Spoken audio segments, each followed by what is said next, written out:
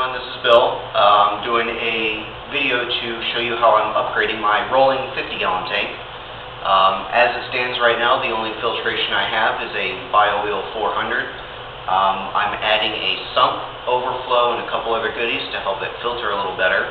I've plumbed everything, but I haven't started up anything to check for leaks. So when we plug it in and turn it on, hopefully it doesn't leak all over the place, because if it does, it's on video and everybody will get to see my screw-ups. So hopefully we won't have any issues. I'm going to give everybody a walkthrough on how it's all set up, and then we'll get underway and see how bad I screwed up. Alright everybody, so we're here doing the video walkthrough for the upgrade on the tank. I just added about 20 extra pounds of rock. I haven't bothered to aquascape, it's all just thrown in there to keep it wet while I do the upgrade. Right now, what we're running is the old BioWheel 400. I took all the media out of it right now, basically just to keep the filtration system working, or circulating the water while we hook up the other stuff. It's actually taken me about 3 days to do all of this on the 50-gallon. First night, I started doing some of the PVC plumbing. Second, which was yesterday, moving stuff around. The wife wanted me to get one of these stupid little plastic things for the back of the glass. In putting that on, we moved the overflow box around and popped the bulkheads loose, and they started leaking like a sieve. So we had to take off the unions from the pipe, take the overflow off, and silicone around the bulkheads just to double make sure that it doesn't want to put a puddle on my floor. This is a CPR 1200 overflow. It's the one that uses the lifter pump. Everybody says, oh, well, it relies on the pump.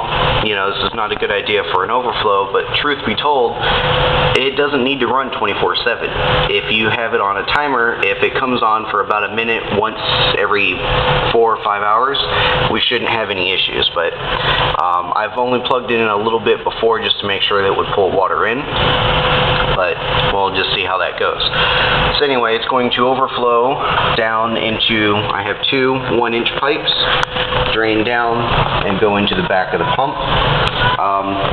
In case anybody was actually wondering why I call this my rolling 50 and didn't know, that's why.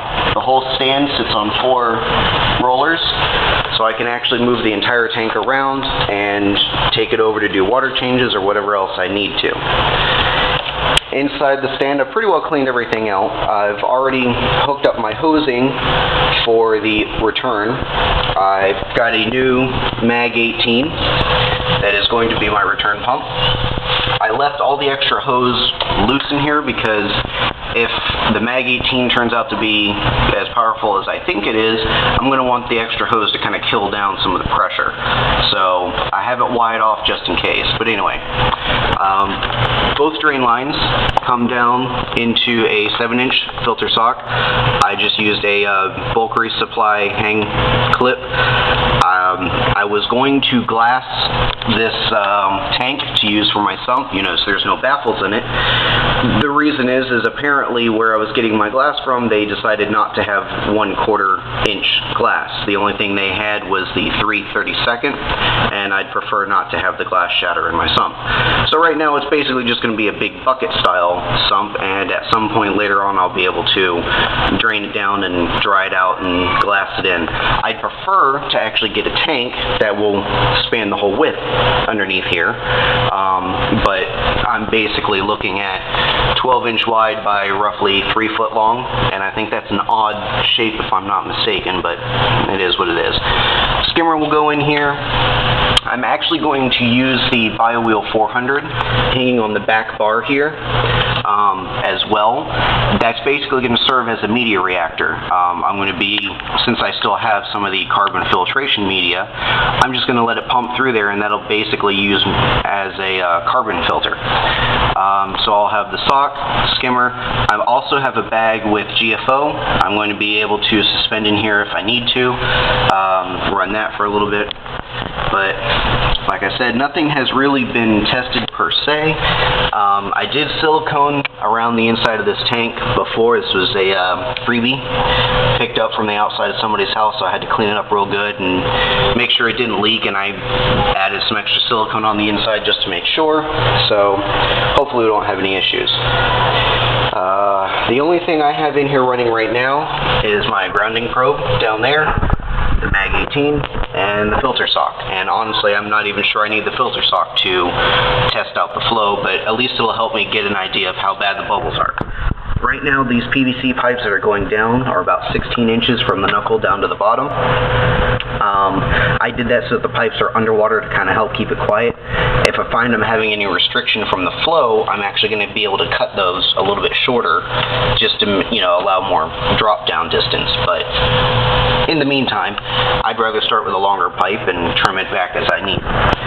So I'm going to set the camera up on the stand and tripod, and we're going to prep the overflow with a little bit of water and set it all up, and we'll see how it goes. I should have been able to do this the other night, last night, but problem was, like I said, we popped the seal and the silicone was needed to cure a little bit. And in my joy of receiving Christmas presents from the UPS guy, failed to realize I didn't have any mixed salt water on hand to add the extra water volume I was going to need to cause an overflow. It's kind of a short sight in my part, but nobody's intelligent, or at least I'm not.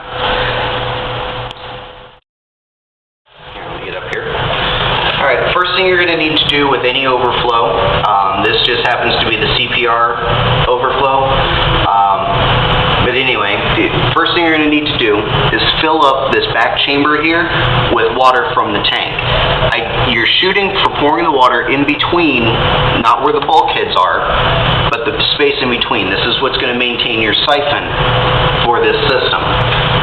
For ones that use a U-tube, where the U-tube drops into that small chamber needs to have water in it too for when you pull the air out. Right now I have this set up at its highest setting, so that way it maintains the water level the highest, and I can just drop it down and it will add water in. But anyway, let's add a little bit of water. Hopefully I can do this without being able to see.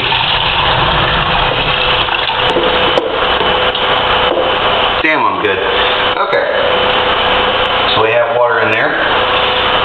For safety's sake, I'm just going to leave that off. For safety's sake, you'll notice I have all the power off on the tank.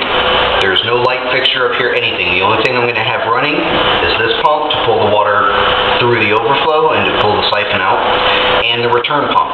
That's it. That way, if there's any type of major disaster, I don't have to worry about the house burning down. So please be smart when you're playing with electricity and salt water.